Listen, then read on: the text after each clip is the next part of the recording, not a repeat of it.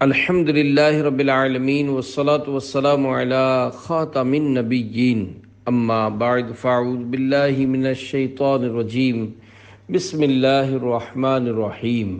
امیر اہل سنت سے عورتوں کے بارے میں سوالات، یہ رسالہ امیر اہل سنت دامت برکاتہم العالیہ سے کیے گئے سوالات اور ان کے جوابات پر مشتمل ہے۔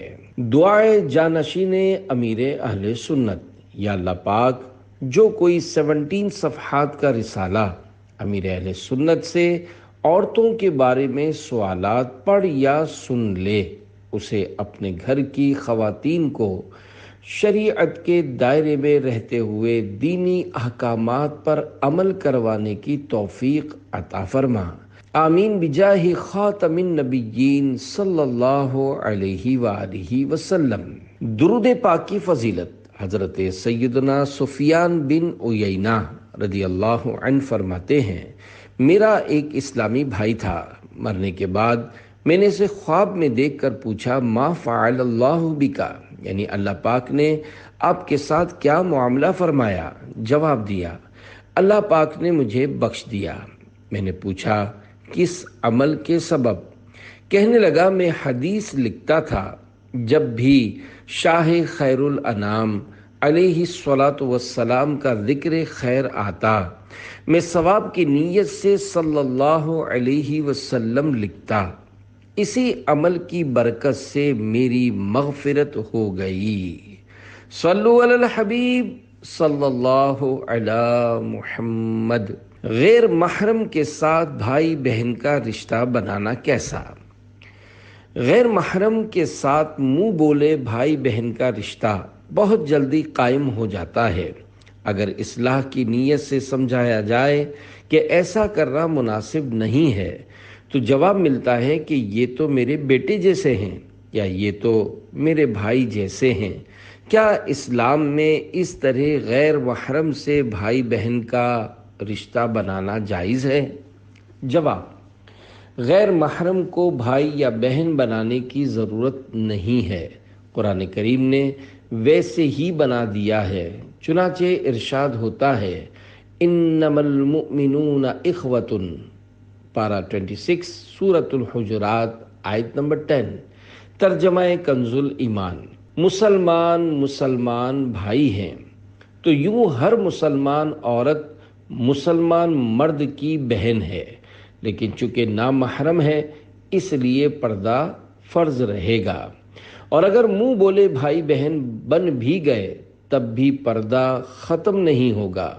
منہ بولے بھائی بہن بنانے کا نقصان یہ ہوگا کہ بے تکلفی اور بد نگاہی بڑھے گی اور نہ ہونے کا ہو جائے گا۔ عورت کے لیے قرآن کریم میں یہ حکم ہے کہ وہ غیر مرد سے ایسی نرم اور لوچدار گفتگو نہ کرے جس سے دل کا روگی اور گندے ذہن والا للچائے۔ ان اتقیتن فلا تخضعن بالقول فیطمع الذی فی قلبہ مرض وقلن قولا معروفا، پارہ 22 سورۃ الاحزاب آیت نمبر 32۔ ترجمہ کنز ایمان، اگر اللہ سے ڈرو تو بات میں ایسی نرمی نہ کرو کہ دل کا روگی کچھ لالچ کرے، ہاں اچھی بات کہو۔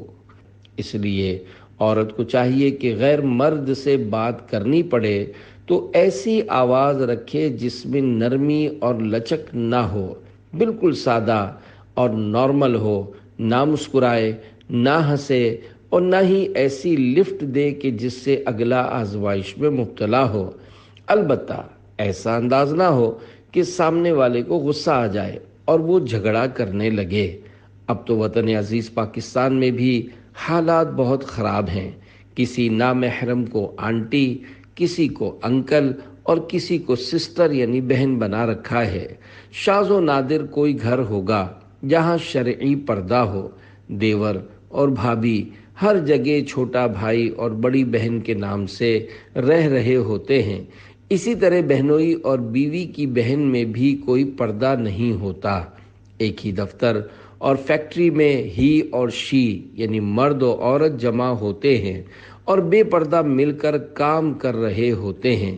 اب تو سیلز گرلز یعنی سامان بیچنے کی ملازمت کرنے والی عورتیں بھی آ چکی ہیں، اور بسوں میں کنڈکٹر کے طور پر عورتیں کام کرنے لگی ہیں۔ اللہ پاک حفظ و امان میں رکھے۔ اسلامی بہنوں کا واٹس ایپ استعمال کرنا کیسا؟ سوال: کیا اسلامی بہنیں مدنی کاموں کی خاطر رابطہ کرنے کے لیے واٹس ایپ پر صوتی پیغام دے سکتی ہیں؟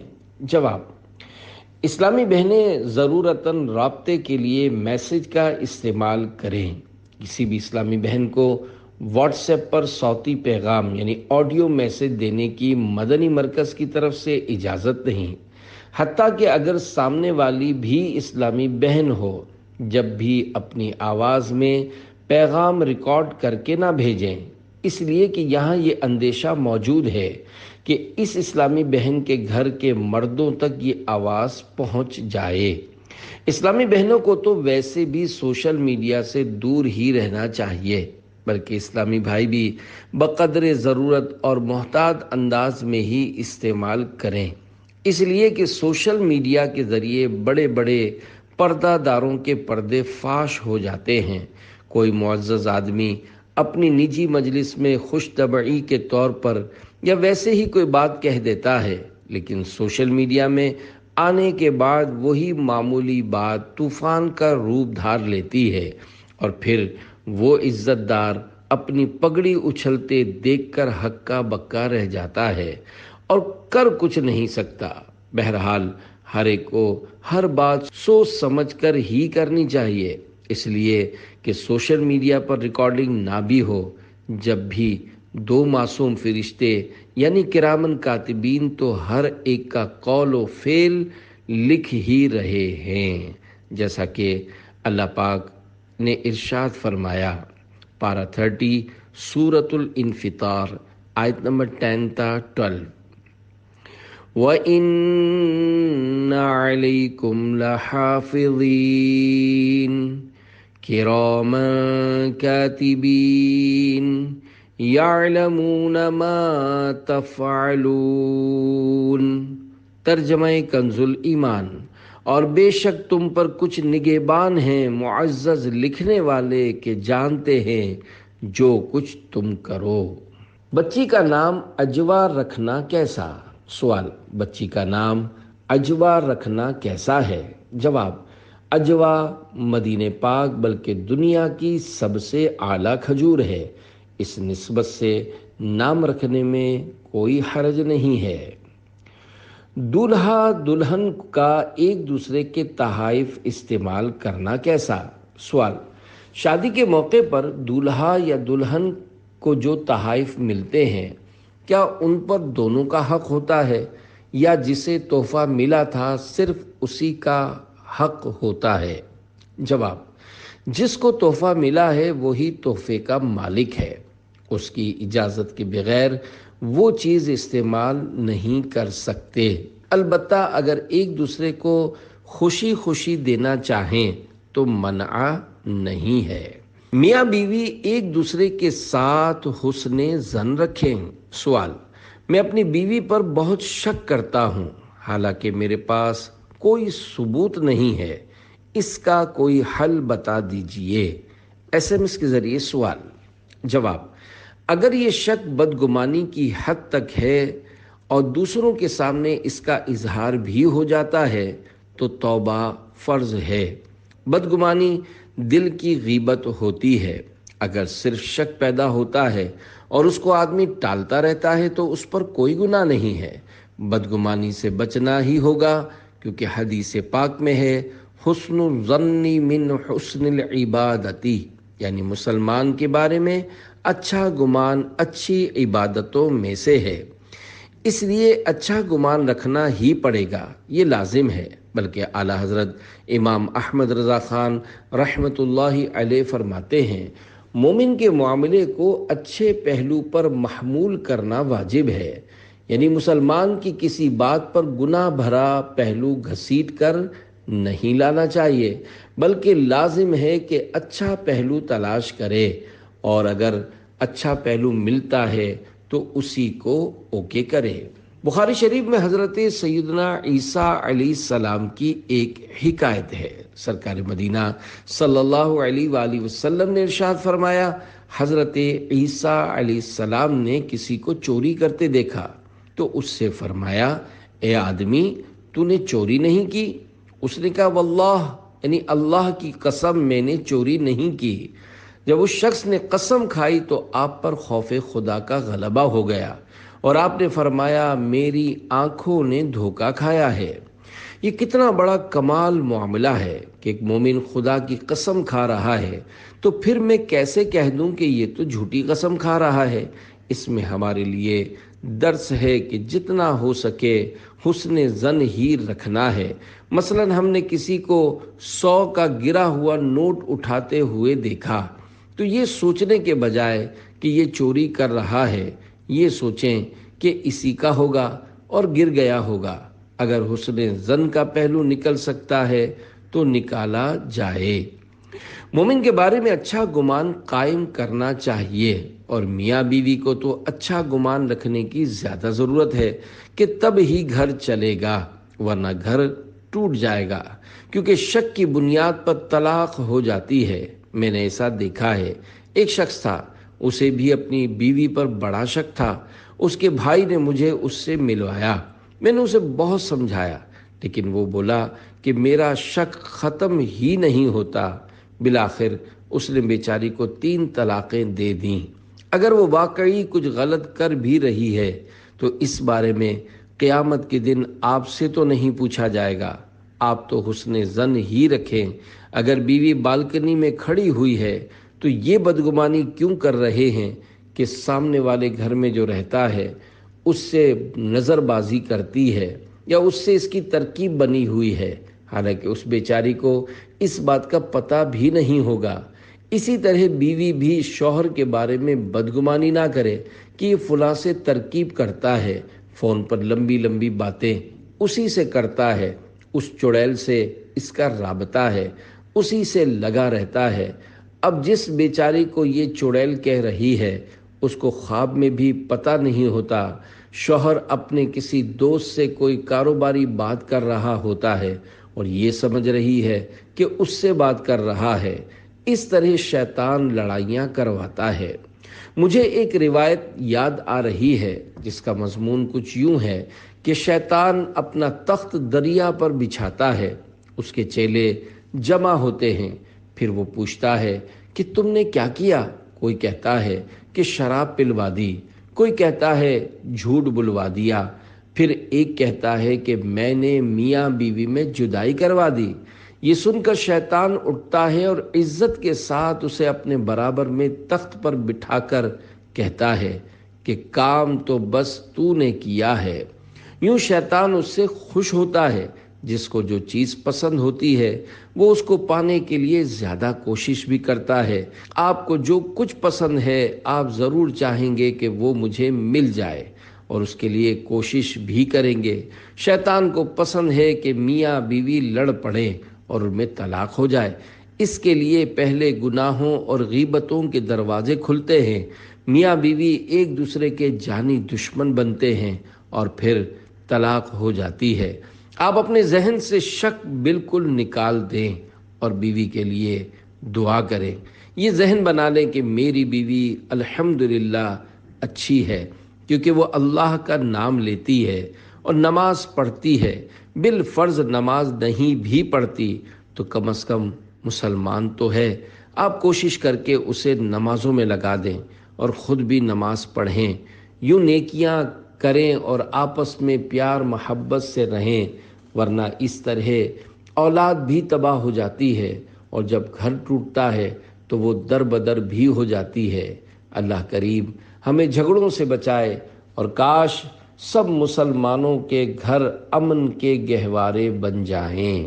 اپنی زوجہ سے اچھا سلوک کیجیے۔ سوال: اگر شوہر اپنی بیوی کے ساتھ نرمی کرتا ہے تو لوگ کہتے ہیں تم زن مرید بن گئے ہو، اس کا کیا حل ہے؟ جواب: اگر کوئی شخص خوف خدا کے باعث اپنی زوجہ سے خوش اخلاقی کے ساتھ پیش آتا ہے یا اس سے نرم برتاؤ کرتا ہے اور لوگ اسے زن مرید ہونے کا طعنہ دیتے ہیں تو یقیناً یہ اس کی دل آزاری کا سبب ہوگا۔ لیکن شوہر کو چاہیے کہ اپنی زوجہ کے ساتھ حسن سلوک جاری رکھے، لوگوں کے کچھ بھی کہنے پر دل برداشتہ نہ ہو اور ہرگز اپنے رویے میں تبدیلی نہ لائے، بلکہ مزید نرمی کے ساتھ پیش آئے۔ فی زمانہ لوگوں کے انداز یکسر بدل چکے ہیں، خصوصاً اپنی زوجہ کے ساتھ ان کا رویہ انتہائی ناگفتہ بے ہوتا جا رہا ہے۔ اس کے باوجود یہ لوگ اپنی زوجہ سے معافی مانگنا اپنی کسر شان سمجھتے ہیں، حالانکہ بیوی پر ظلم کیا ہو تو معافی مانگنا واجب ہے۔ انہیں چاہیے کہ اپنی زوجہ سے معافی تلافی کرتے رہا کریں۔ یہ ضروری نہیں کہ ظلم کیا ہوگا تو ہی معافی مانگی جائے گی، بلکہ احتیاطی معافی مانگ لی جائے تب بھی حرج نہیں، بلکہ احتیاطی معافی مانگنا میاں بیوی کے درمیان محبت میں اضافے کا سبب ہے۔ الحمدللہ میرا معمول ہے، میں احتیاطی معافی مانگتا رہتا ہوں۔ جیسے کوئی بڑی رات یا بڑا دن آتا ہے تو میں معافی تلافی کی ترکیب بنا لیتا ہوں۔ اس سے ہرگز کسی کی شان میں کمی نہیں آتی اور نہ ہی کسی کی عزت کم ہوتی ہے۔ کیا طلاق کا سوچنے سے طلاق ہو جاتی ہے؟ سوال: کیا طلاق کے بارے میں سوچنے سے طلاق ہو جاتی ہے؟ فیس بک کے ذریعے عبدالرشید کا سوال۔ جواب: جی نہیں، طلاق کا سوچنے سے طلاق نہیں ہوتی۔ اعلیٰ حضرت امام احمد رضا خان رحمۃ اللہ علیہ فرماتے ہیں، دل میں طلاق دینے سے نہیں ہوتی جب تک زبان سے نہ کہے۔ طلاق کے مسائل کے متعلق مدنی مذاکرے میں سوالات نہ کیے جائیں، اس کے جوابات یہاں نہیں دیے جاتے۔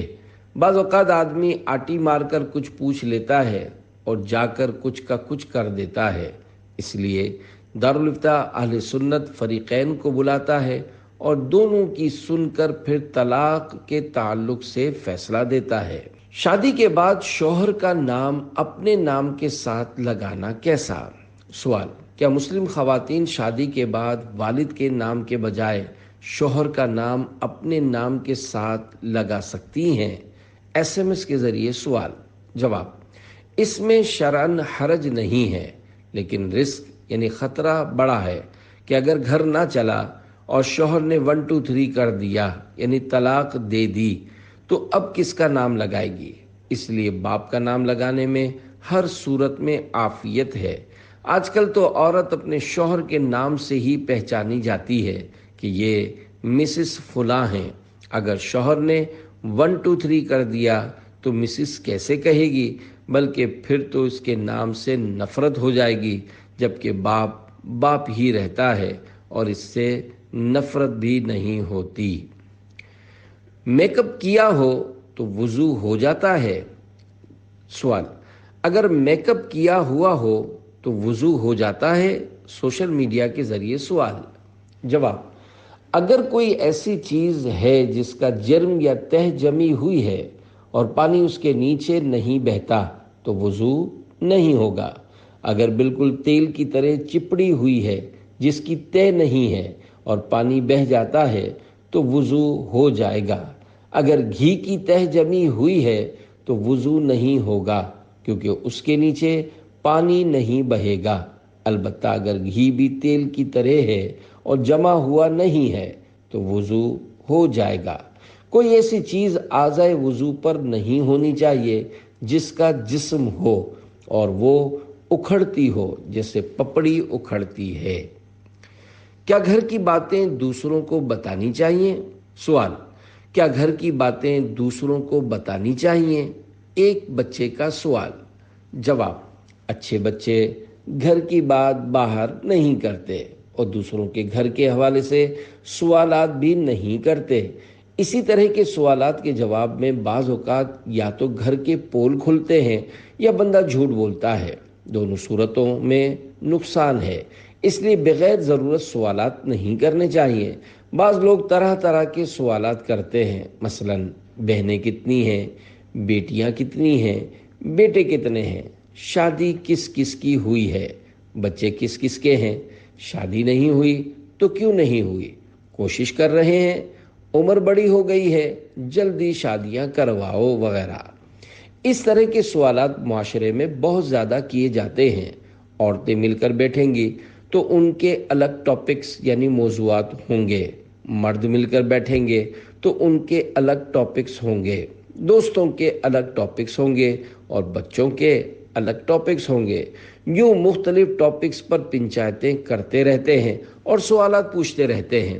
ایسا نہیں ہونا چاہیے، صرف کام کی بات کرنی چاہیے۔ قیامت کے دن ایک ایک لفظ کا حساب ہوگا۔ حکیم الامت مفتی احمد یار خان نعیمی رحمۃ اللہ علیہ نے بڑی پیاری حکایت نقل کی ہے کہ ایک شخص تھا جس کی اپنی بیوی کے ساتھ مسائل تھے۔ اس کے دوست نے پوچھا کیا مسئلہ ہے؟ اس نے جواب دیا کہ گھر کی بات باہر کرنا اچھی بات نہیں ہے، یہ کمینہ پن ہے کہ بندہ میاں بیوی کی باتیں باہر کرے۔ جب میاں بیوی کا جھگڑا بڑھا تو بالآخر طلاق ہو گئی۔ اب اس کے دوست نے کہا کہ اب تو تمہاری طلاق ہو گئی ہے، اب تو بتاؤ مسئلہ کیا تھا؟ اس نے جواب دیا کہ بھائی وہ میرے لیے بالکل ایک غیر عورت ہو گئی ہے اور میں غیر عورتوں کے چکر میں نہیں پڑتا۔ یوں اس شخص نے اپنی جان چھڑائی۔ ایسے سمجھدار آدمی اب معاشرے میں کتنے ہیں؟ یا تو گھر ٹوٹنے سے پہلے ہی ہزار غیبتیں، ہزار تہمتیں اور ہزار جھوٹ بولے جاتے ہیں، گناہوں کا سلسلہ الگ شروع ہو جاتا ہے، جس کے بعد گھر ٹوٹتا ہے اور تباہی مچتی ہے۔ دونوں طرف سے اتنے گناہ کیے جاتے ہوں گے کہ الامان والحفیظ۔ اللہ کریم ہم کو سچ بولنے کی توفیق عطا فرمائے۔ ہر سچی بات دوسروں کو بولنے کی بھی نہیں ہوتی، کیونکہ کسی میں واقعی عیب ہوتا ہے اور یہ بتانا سچ بھی کہلائے گا، لیکن اس میں عیب کھولنا پایا جائے گا جو گناہ کی صورت ہے۔ اللہ پاک ہمیں اس سے بچنے کا بھی ذہن نصیب کرے۔ عورتوں کو دوڑنے کا حکم نہ دینے میں حکمت۔ سوال: دوران سعی میلین اخضرین میں عورتوں کو دوڑنے کا حکم نہیں دیا گیا، اس میں کیا حکمت ہے؟ حالانکہ حضرت سیدتنا حاجرہ رضی اللہ عنہا تو دوڑی تھیں۔ جواب: حضرت سیدتنا حاجرہ رضی اللہ عنہا بے قراری اور اضطراب کے سبب دوڑی تھیں اور اللہ پاک کے کرم سے ان کی یہ ادا صرف مردوں کے لیے باقی رکھی گئی اور عورتوں کو اس سے مستثنی قرار دیا گیا۔ عورتیں چونکہ عام طور پر کمزور ہوتی ہیں، شاید اس لیے انہیں دوڑنے کا حکم نہیں دیا گیا۔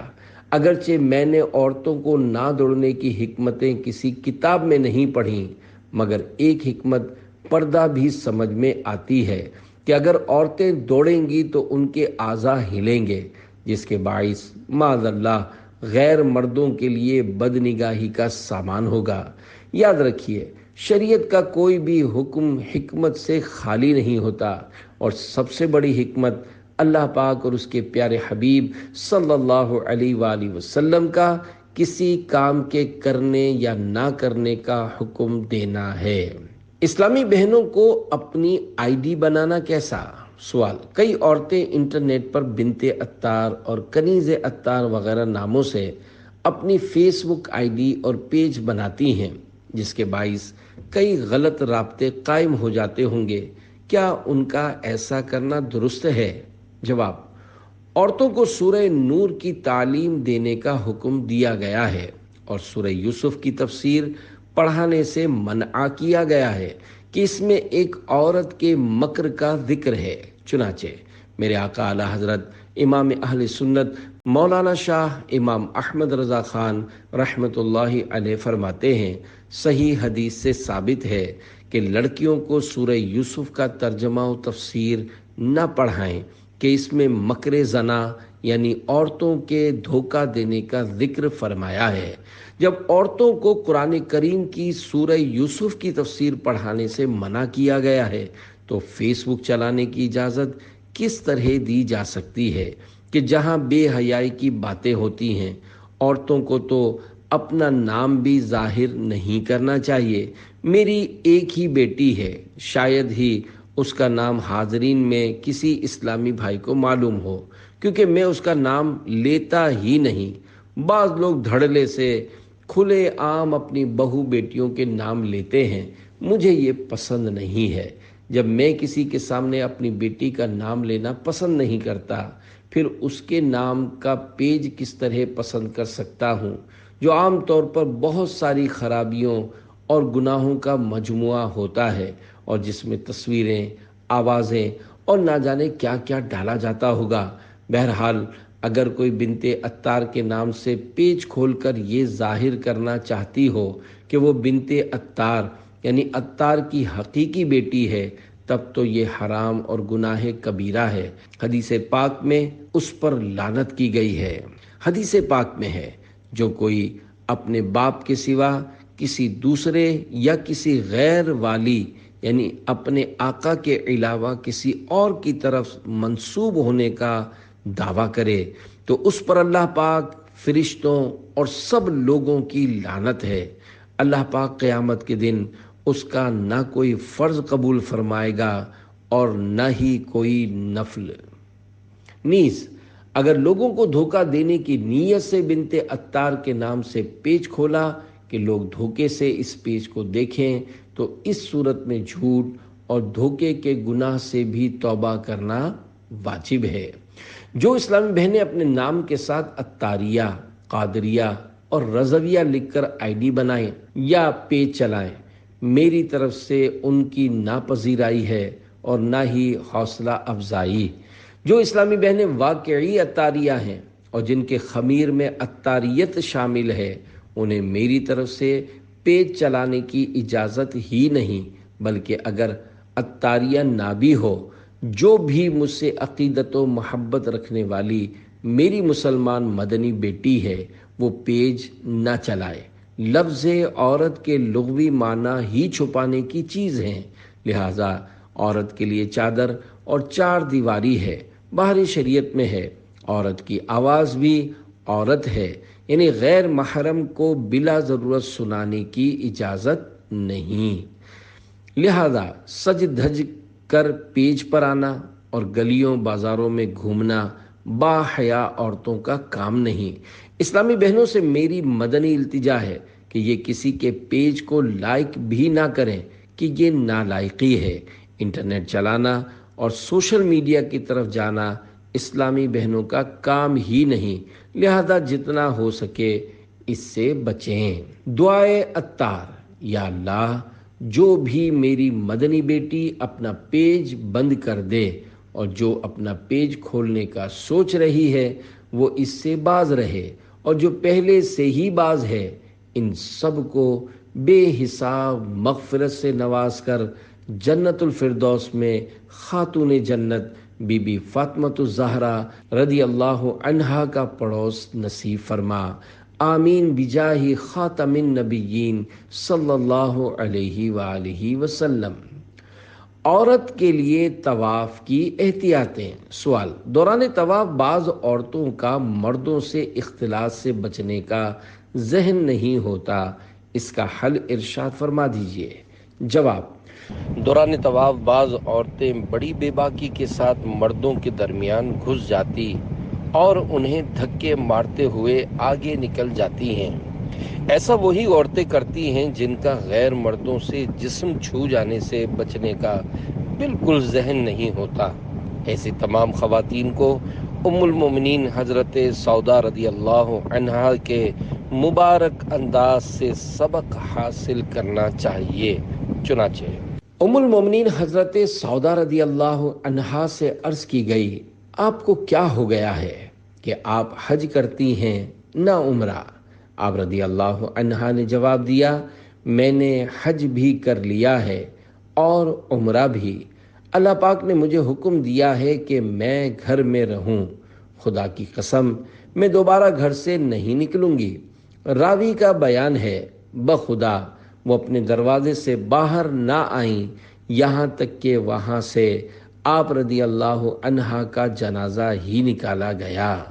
دیکھا آپ نے ام المومنین حضرت سودا رضی اللہ عنہا کی کیسی مبارک سوچ تھی کہ ایک مرتبہ فرض حج کرنے کے بعد صرف پردے کی وجہ سے نفلی حج نہیں فرمایا۔ حالانکہ اس وقت آج کی طرح بھیڑ نہیں ہوتی تھی، لہذا اسلامی بہنوں کو چاہیے حرمین طیبین میں پردہ کرنے کے ساتھ ساتھ ہر جگہ اپنے پردے کو یقینی بنائیں۔ طواف میں بھی حتی الامکان مردوں کے ساتھ ٹکرانے سے خود کو بچائیں۔ حالت احرام میں عورتوں کے لیے اپنا چہرہ کھلا رکھنا ضروری ہوتا ہے، لیکن پردہ پھر بھی کرنا ہوگا، لہذا کسی کتاب یا گتے وغیرہ کی آڑ کر کے اپنے چہرے کو چھپائیں۔ بعض اسلامی بہنیں ایسی ٹوپی کیپ پہنتی ہیں جس کے آگے کپڑا لٹکا ہوتا ہے، اس سے بھی پردہ تو ہو جائے گا، لیکن اس میں یہ مسئلہ ہے کہ پسینہ پوچھتے وقت یا ہوا چلنے کی وجہ سے وہ کپڑا جب جب چہرے سے چپکے گا تو کفارہ لازم آئے گا، لہذا اس پریشانی سے بچنے کے لیے گتے یا کتاب وغیرہ کی آڑ سے چہرہ چھپانا بہتر ہے۔ کیا میاں بیوی جنت میں یکجا ہوں گے؟ سوال، کیا میاں بیوی دونوں جنت میں ایک ساتھ رہیں گے؟ جواب، جی ہاں، اگر میاں بیوی کا خاتمہ ایمان پر ہوا تو یہ دونوں جنت میں ساتھ رہیں گے۔ اگر ان میں سے کسی کا معاذ اللہ ایمان سلامت نہ رہا تو دوزخ اس کا ٹھکانہ ہوگا، اور جو جنت میں جائے گا اس کا کسی دوسرے جنتی سے نکاح ہو جائے گا۔ جنت میں جانے والے کو اپنے دوسرے فریق کے بچھڑنے کا کوئی غم و صدمہ بھی نہیں ہوگا، کیونکہ جنت غم اور صدمے کا مقام نہیں۔ 10 بیویوں کی کہانی کی شرعی حیثیت۔ سوال، اگر کسی نے منت مانی کہ میرا فلاں کام ہو جائے تو میں 10 بیویوں کی کہانی پڑھواؤں گی، تو ان سے کہا جائے کہ یہ منت پوری کرنا ضروری نہیں ہے، یہ کہانیاں من گھڑت ہیں، ان کی جگہ قرآن شریف کا ختم کروا لیں یا چند قرآنی صورتیں پڑھوا لیں۔ تو وہ کہتی ہیں کہ میں نے منت مانی ہے، اگر پوری نہ کی تو دل میں طرح طرح کے وسوسے آئیں گے، ان کو کس طرح سمجھایا جائے؟ جواب، شرعی مسئلہ یہ ہے کہ اگر کسی ناجائز کام کی منت مانی تو اسے پورا کرنا بھی ناجائز ہے، اس کو پورا نہیں کیا جائے گا، لہذا 10 بیویوں کی کہانی سننے یا پڑھنے کی منت مانی تو اس کی جگہ سورہ یاسین شریف پڑھنا بھی ضروری نہیں ہوگا۔ ہاں، اگر کوئی پڑھتا ہے تو اچھی بات ہے، البتہ 10 بیویوں کی کہانی کی مانی ہوئی منت پوری نہ کی جائے۔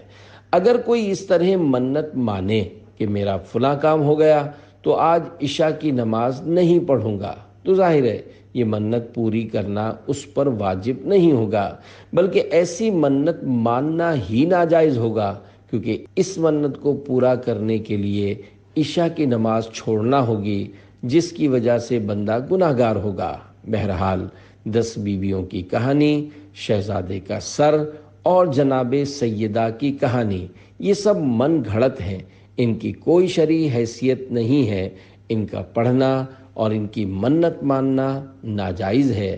اگر کچھ پڑھنا ہے تو یاسین شریف پڑھ لی جائے، اس میں بھی اتنا ہی وقت لگے گا جو ان کہانیوں میں لگتا ہے، بلکہ اس سے بھی کم وقت لگے گا، پھر اس کی برکتیں بھی ہیں اور فضائل بھی۔ چنانچہ حدیث پاک میں ہے کہ ایک بار یاسین شریف پڑھنے پر 10 قرآن پاک کا ثواب ملتا ہے۔ معلومات کی کمی کی وجہ سے ان کہانیوں کا رواج پڑا ہے، پھر یہ ذہنوں میں نقش بھی ہو گئی ہیں، انہیں چھوڑنا بڑا دشوار ہے، لیکن ہم سمجھا ہی سکتے ہیں، ڈنڈا لے کر منوا نہیں سکتے۔ سائل نے سمجھانے کی کوشش کی، بہت اچھا کیا کہ سمجھا کر اپنا فرض پورا کر دیا۔ یہ ضروری نہیں ہے کہ سامنے والے کو منوا کر ہی چھوڑیں، بس ان کے حق میں دعا کرتے رہیں۔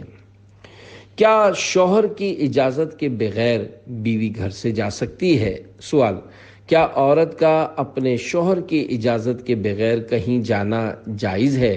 اگر اسے روکا جائے تو وہ کہتی ہے کہ میں نے حق مہر معاف کر دیا تھا، اس لیے اجازت لینا ضروری نہیں ہے، اس حوالے سے رہنمائی فرما دیجیے۔ جواب، عورت کو بلا عذر شرعی بغیر اجازت گھر سے نکلنے کی شرعاً اجازت نہیں ہے۔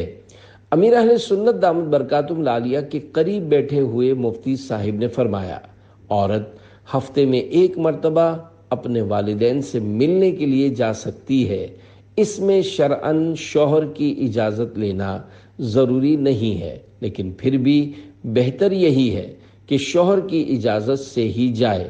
اسی طرح محارم یعنی قریبی رشتہ دار جیسے بھائی بہن وغیرہ سے سال میں 1 مرتبہ شوہر کی اجازت کے بغیر ملنے جا سکتی ہے، لیکن اجازت لے کر ہی جانا چاہیے تاکہ گھر کا ماحول اچھا رہے۔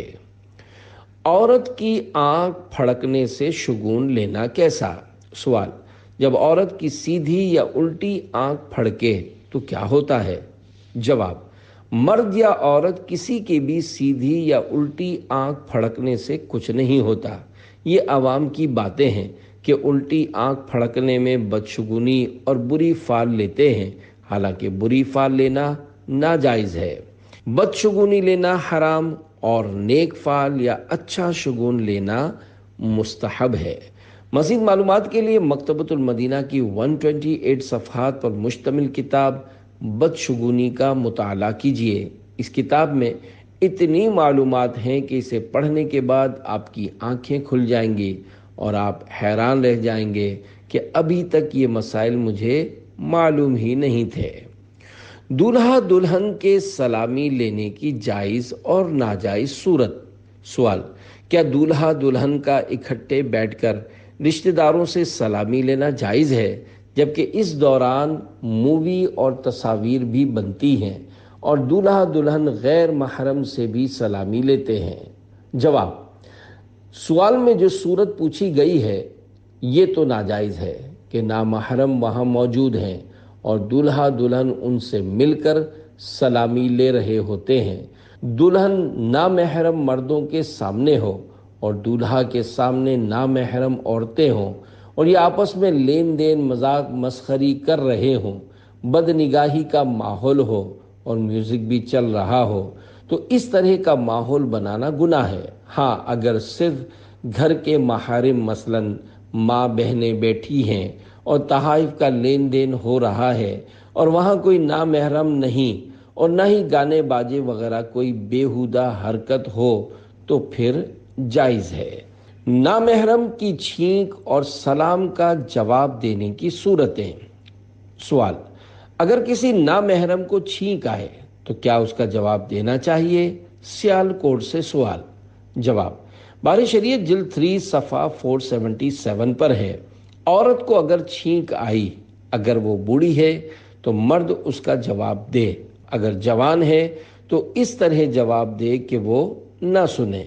مرد کو چھینک آئی اور عورت نے جواب دیا، اگر جوان ہے تو مرد اس کا جواب اپنے دل میں دے اور بوڑھی ہے تو زور سے جواب دے سکتا ہے۔ اسی میں صفحہ 461 پر ہے، مرد اور عورت کی ملاقات ہو تو مرد عورت کو سلام کرے، اور اگر عورت اجنبیہ نے یعنی نامحرم عورت نے مرد کو سلام کیا اور وہ بوڑھی ہو تو اس طرح جواب دے کہ وہ بھی سنے، اور وہ جوان ہو تو اس طرح جواب دے کہ وہ نہ سنے۔ حسن اخلاق کا زیادہ حقدار کون؟ ایک شخص رحمت عالم نور مجسم صلی اللہ علیہ وآلہ وسلم کی بارگاہ میں حاضر ہو کر عرض گزار ہوا، یا رسول اللہ صلی اللہ علیہ وآلہ وسلم، میرے حسن اخلاق کا زیادہ حقدار کون ہے؟ ارشاد فرمایا، تمہاری ماں۔ اس نے دوبارہ عرض کی، اس کے بعد کون؟ ارشاد فرمایا، تمہاری ماں۔ تیسری بار عرض کی، اس کے بعد کون؟ تو آپ صلی اللہ علیہ وآلہ وسلم نے اس مرتبہ بھی یہی ارشاد فرمایا، تمہاری ماں۔ اس نے پھر عرض کی، اس کے بعد کون؟ تو آپ صلی اللہ علیہ وآلہ وسلم نے ارشاد فرمایا، تیرا باپ۔